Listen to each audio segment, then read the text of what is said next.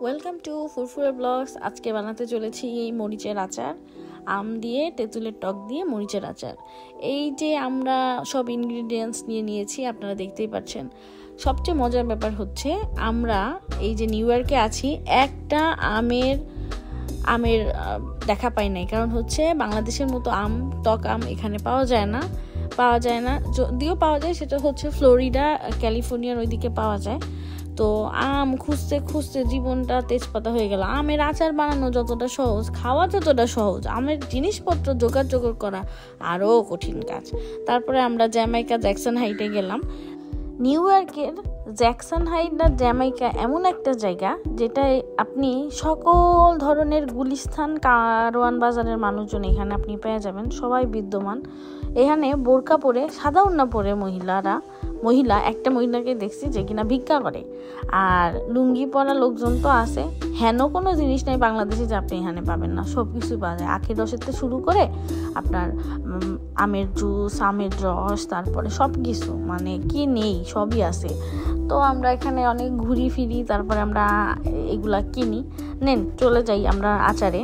এই যে প্রথমে তেল গরম করে তার মধ্যে রসুনগুলো দিয়ে, তারপরে হালকা একটু নাড়াচাড়া করে তার মধ্যে দিয়ে দিল হচ্ছে আমটা আগে থেকেই গুঁড়া মরিচ, গুঁড়া হলুদ আর লবণ দিয়ে একটু রোদে শুকিয়ে নিয়েছিল আমার মামি। এই রান্নাটি যে করছে সে হচ্ছে আমার মামি। সে বড় গুণী মানুষ।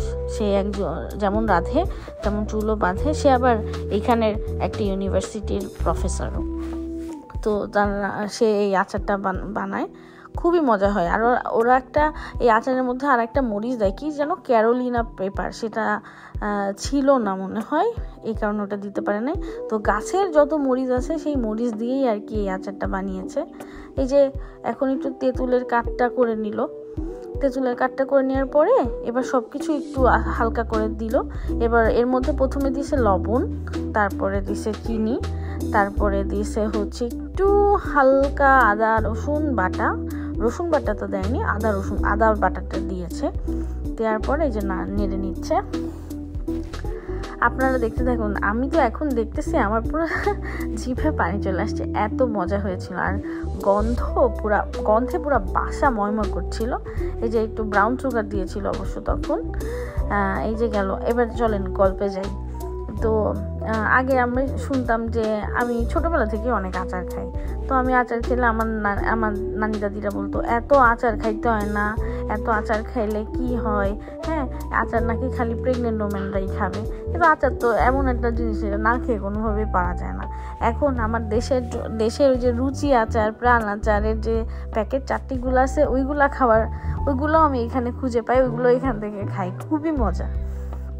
তো আমি আবার গরুর মাংসের সাথে ভাত খাই, ভাতের সাথে আবার আচার মিলাই খাই। তো এই আর কি। তো চলেন দেখি আচারের এখন আবার কি অবস্থা। এই যে আচারগুলো নাড়ানাড়ি হচ্ছে। এই আচার বানানোর মেন কারণ হচ্ছে আমার মামা আগের বছর অনেক রকমের মরিচ রোপণ করেছিল।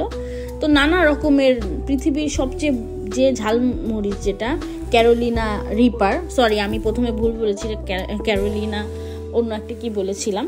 কিন্তু তিনি নানা ধরনের চিলি রোপণ করছিল, like green chilli, banana hot pepper, Scotch bonnet, red hot cherry pepper, Thai hot chilli, Anaheim pepper. উচ্চারণ করতে গেলেও কত কষ্ট হয় রে বাবা। তো আমার মামা এত কিছু রোপণ করার পরে তো সেই করলো। এইবার সে মরিচের গাছ লাগিয়েছিল, অল্প হয়েছে। তো মামি আসলে মরিচের জন্য অনেক হাই হুতাশ করছিল। তো তারপরে আমরা এই যা মরিচ ছিল সেটা দিয়েই আমরা করে ফেলার পরে এখন আপনারা যদি ইন্টারেস্ট থাকেন এই আচার খেতে, আপনারা চাইলে আমাদেরকে কমেন্ট করতে পারেন। তাইলে আমরা এমনও আছে এই আচারের একটা নাম দিয়েও দিতে পারি, যেমন মামা মামি আচার। তাহলে আপনারা এই আচারের স্বাদটাও পেলেন, আমরাও একটু উপকৃত হলাম। যদি চান তাহলে কমেন্ট করে ফেলতে পারেন। আর এই যে আচারটা এখনো হচ্ছে। তো তারপরে অনেকগুলো আমরা 5 ফোড়ন গুঁড়া করে নিয়েছিলাম, আর সর্ষ গুঁড়া করে নিয়েছিলাম, কালো সর্ষ। তো সাদা সর্ষ মামি কিনে এনেছিল, ওটা দেই নাই, কিন্তু কালো সর্ষ আমরা দিয়েছিলাম। এই যে একটু হলুদ দিয়ে দিল, আর এরপরে দিবে একটু লাল মরিচ, এই আর কি। তো আচার একটা এমনই জিনিস, খুবই ভালো লাগে খেতে। মামা মামির আচারের নামটা আমার কাছে ভালোই লেগেছে। যদি হয়, কেউ যদি চান আপনারা কমেন্ট করতে পারেন, আমরা আপনাদেরকে এটা দিতে পারি। এই যে একটু আবার লাল মরিচ দিয়ে দিল। আমার মনে হয় আমি দেশে অনেক রকম আচার বানিয়েছি, কিন্তু এই আচারটা অন্যরকম স্বাদ। একটু আগে আমি খেলাম, ভাত খেলাম মুরগির মাংস দিয়ে, সাথে আমি একটু আচার খেয়েছি, খুবই ভালো ছিল। একজন সুমনীষী আছে আমাদের বাড়িতে, যে আমাদেরকে বলে সারাক্ষণ যে আচার দিয়ে ঘাসও খাওয়া যায়, আচার দিয়ে না সরি, সস দিয়ে ঘাসও খাওয়া যায়। সে যে এই কথাটা বলেছিল আমি আজকে বুঝলাম যে কেন বলেছিল। আচার দিয়েও আসলে সব খাওয়া সম্ভব, এটা অসম্ভব কিছু না। সে যে এই কথাটা বলেছিল সে নুডলস পাউরুটির মধ্যে দিয়ে নুডলস দিয়ে খায়, ইটস ওকে, সে সবই পারে। আর আমি এমন অনেক মানুষও দেখছি এমন বাজে বাজে রান্না করে, কিন্তু আবার বলে কি স্বাদ, আমার রান্না খুব ভালো হয়েছে। কিন্তু আপনারা এখানে যেটা দেখছেন, যেটা দেখতে যেমন ভালো হয়েছে, খেতেও সেরকম মজা। আর আমার মামা মামির এই আচার নিয়ে একটু ব্যবসারও অনেক চিন্তা ভাবনা আছে। যদি আপনারা অর্ডার করেন, যদি আপনারা মনে করেন এটা খেতে ভালো হবে, তাহলে আমরা একটা স্টেপ আর কি নিতে পারি। আপনাদের রিভিউর পরে আসলে ডিপেন্ড করছে যে কি হবে কি হবে না। এই আচারটা দেখে যেমন ভালো লাগছে, এই যে এখন মরিচগুলো দিচ্ছেন, এই তরতাজা মরিচগুলো সব আমাদের গাছ থেকে নেয়া। অনেকের আবার এই মরিচ খেলে আবার একটু গ্যাস হয়, আপনি দড়ি দিয়ে বেঁধে রাখলেও তাদেরকে কন্ট্রোল করা যায় না।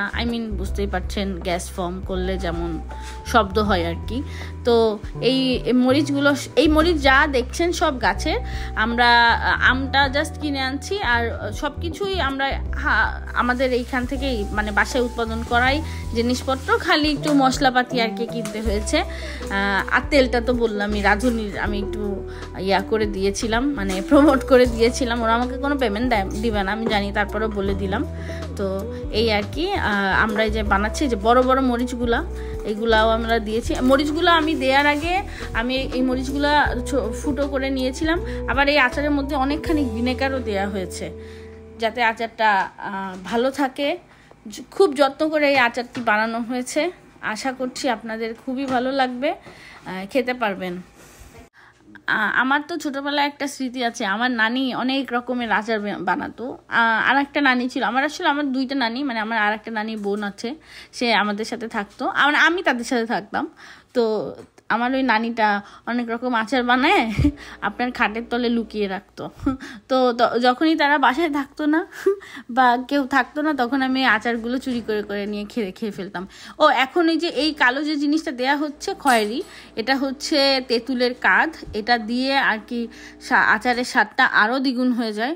শুধু শুধু এই আচারগুলো খাওয়া যায়। আর ওই এই বড় মরিচগুলোতে কোনো ঝাল নাই, লাল মরিচটাতে কোনো ঝাল নাই, শুধু ওই যে সবুজ যে ছোট ছোট মরিচগুলো আছে এগুলাতে অনেক ঝাল, একটু ঝাল লাগবে আপনাদের। আই হোপ আপনাদের আমার এই ব্লগটি ভালো লেগেছে, আমি কিভাবে বানিয়েছি। ও এই যে লাস্টে যে মরিচটা দিল, এটা হচ্ছে গোচুচং, এটা হচ্ছে কোরিয়ান একটা মরিচ, এটাও দিল। দেওয়ার পরে এই যে হয়ে যাচ্ছে এখন। আর আমি তো জাস্ট নিতে পারতেছি না, এত সুন্দর, আর খেয়ে আমি জাস্ট মুগ্ধ। এই যে আশা করি আপনাদের খুব ভালো লাগবে। আপনারা যদি চান তাহলে অর্ডার করেও ফেলতে পারেন। এই যে হচ্ছে, আমি আসলে এখন ট্রাভেল করছি, আমি এখন আমেরিকাতে আছি। আমি নানা রকমের খাবার খাই, নানান দেশের খাবার খাই, লাইক জাপানিজ, কোরিয়ান, থাই, আমি সব ধরনের, ইভেন চাইনিজ ফুডও আমি ট্রাই করেছি। আপনারা যদি চান আমি এগুলো সিরিজ আকারে এখানে দিতে পারি। আমি এরপরে নানা ধরনের খাবার আমি এখানে দিতে পারি একটা ভ্লগ আকারে।